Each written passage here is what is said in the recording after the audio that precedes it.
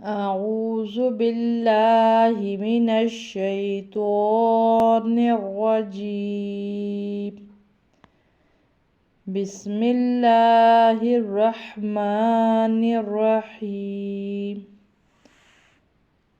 قاف سیدھا پیش قو، را پڑی زیر ری، قوری حمزہ پڑی زبر آ، قوری آ، آگے وقف قوری، قاف موٹا پڑا جائے گا، را کے نیچے زیر ہے، جب را کے نیچے زیر ہوتی ہے تو وہ باریک پڑا جاتی ہے، یعنی قوری حمزہ پڑی زبر آ، قوری آ، حمزہ ہمیشہ الف پہ، واو پہ یا پر لکھا جاتا ہے، پھر یا نہیں پڑھی جاتی، یا جو بھی نیچے حرف ہوتا ہے وہ نہیں پڑھا جاتا، حمزہ پڑھا جاتا ہے۔